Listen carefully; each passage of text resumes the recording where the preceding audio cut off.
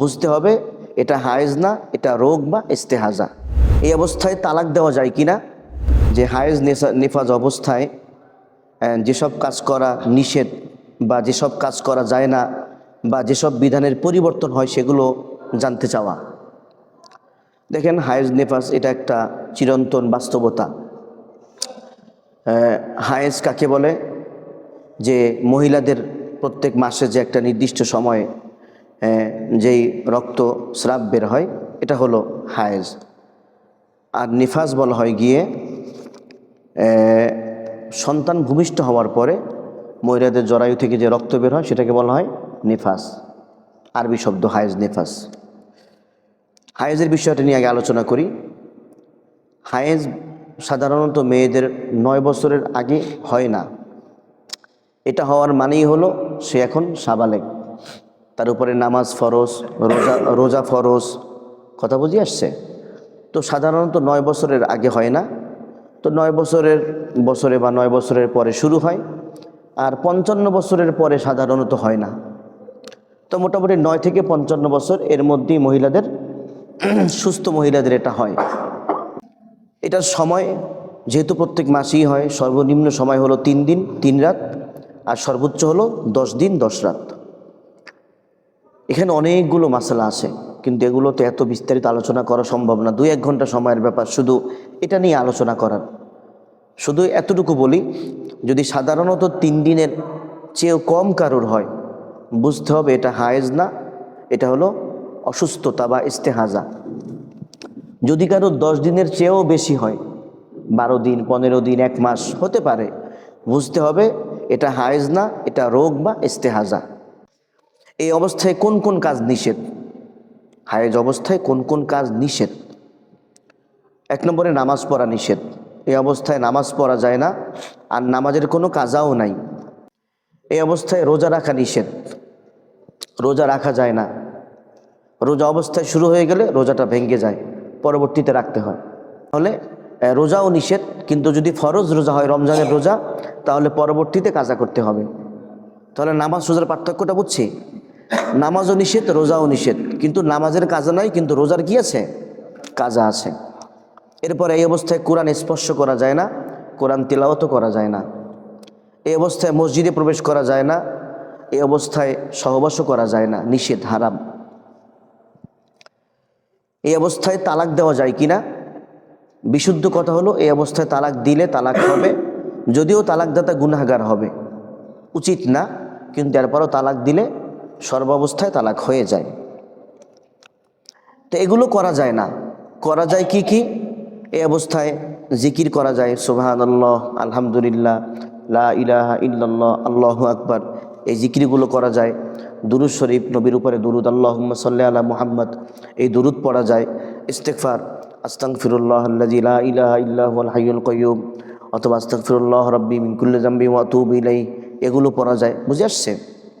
এরপরে যে সমস্ত কোরআন তো আর তেলাওয়াত করা যায় না, কিন্তু যে সমস্ত কোরআনের আয়াত দোয়া সম্বলিত, যেমন রব্বির হামহুমা কামা রব্বায়ানি সগীরা, এটা কোরআনের আয়াতও আবার দোয়াও। এরকম রব্বানা জলামনা আনফুসানা ওয়া ইল্লাম তাগফির লানা, কোরআনের আয়াতও দোয়াও।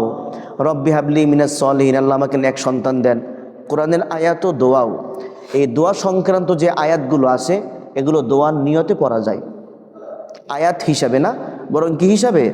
দোয়া হিসাবে। বাবা মায়ের জন্য দোয়া করতেছি, রব্বির হামহুমা কামা রব্বায়ানি সগীরা, দোয়া হিসাবে পড়া যায়। এই হলো মোটামুটি আপনার করণীয় বর্জনীয়। নেফাসের বিধান একই। নেফাস বলা হয় সন্তান ভূমিষ্ঠ হওয়ার পরে যে রক্ত বের হয়, এটা 2-1 ঘন্টাও হতে পারে সর্বনিম্ন, আর সর্বোচ্চ 40 দিন। 40 দিনের পরেও যদি কারো রক্ত বের হয়, বুঝতে হবে এটা অসুস্থতা।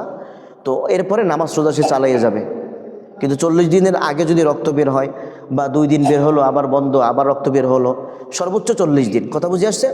40 দিনে নামাজ রোজা নিষেধ। রোজা হলে কাজা করবে, নামাজ হলে কাজা লাগবে না। আর 40 দিনের পরে হয়ে গেলে নামাজও পড়বে, রোজাও রাখবে। হায়েজও যদি এমন হয় যেরকম আপনার 12 দিন 13 দিন 14 দিন হচ্ছে, রক্ত বন্ধ হয় না, এটা রোগ, ওই অবস্থায় নামাজও পড়বে, কি করবে? রোজাও রাখবে। আচ্ছা, এখন যদি এগুলো শেষ হয়ে যায়, হায়েজ শেষ হলো বা নিফাস শেষ হলো, বা ছেলেদের যে ফরজ গোসল হয়, খুব ইম্পর্টেন্ট মাসালা, অনেকে হয়তো লজ্জার কারণে বলতে পারে না, কিন্তু জানতে তো হবে। যদি ফরজ গোসল হয়, গোসল করার পদ্ধতিটা কি? একটা মহিলার হায়াত ছিল, বন্ধ হয়ে গেছে, এখন সে পবিত্র কেমনে হবে? নিফাস থেকে পবিত্র কেমনে হবে? বা সহবাসের পরে পবিত্র কেমনে হবে? গোসল ফরজ হইলে সে পবিত্র কেমনে হবে? দেখেন, প্রথম কাজ হলো দ্রুত গোসলটা সেরে নেওয়া, অবহেলা করে অলসতা করে কিনা দেরি না করা, এটা ইম্পর্টেন্ট। যদি বিশেষ কোনো কারণে এমন হয় যে আমি এখন গোসলটা করতে পারছি না কোনো কারণে, তাহলে যতটুকু সম্ভব ওযু করে নেওয়া, এটা ভালো। অনেকে মনে করে কি এরকম হায়েজ হয়ে গেলে বা গোসল ফরজ হয়ে গেলে কোনো কিছু ধরতে পারে না। না না, সব করতে পারবে। মা বোনরা তরকারি ভাত রান্না করতে পারবে, কাপড় চোপড় ধুইতে পারবে, অন্যান্য সংসারের সব কাজই করতে পারবে। শুধু নিষেধ যে কয়টা বললাম আগে, ওই কয়টাই নিষেধ। তো যদি এরকম এগুলো শেষ হয়ে যায়, দ্রুত গোসল করে নেবে, দেরি করবে না। গোসল কিভাবে করবে? দেখেন, গোসলের দুইটা পদ্ধতি আছে।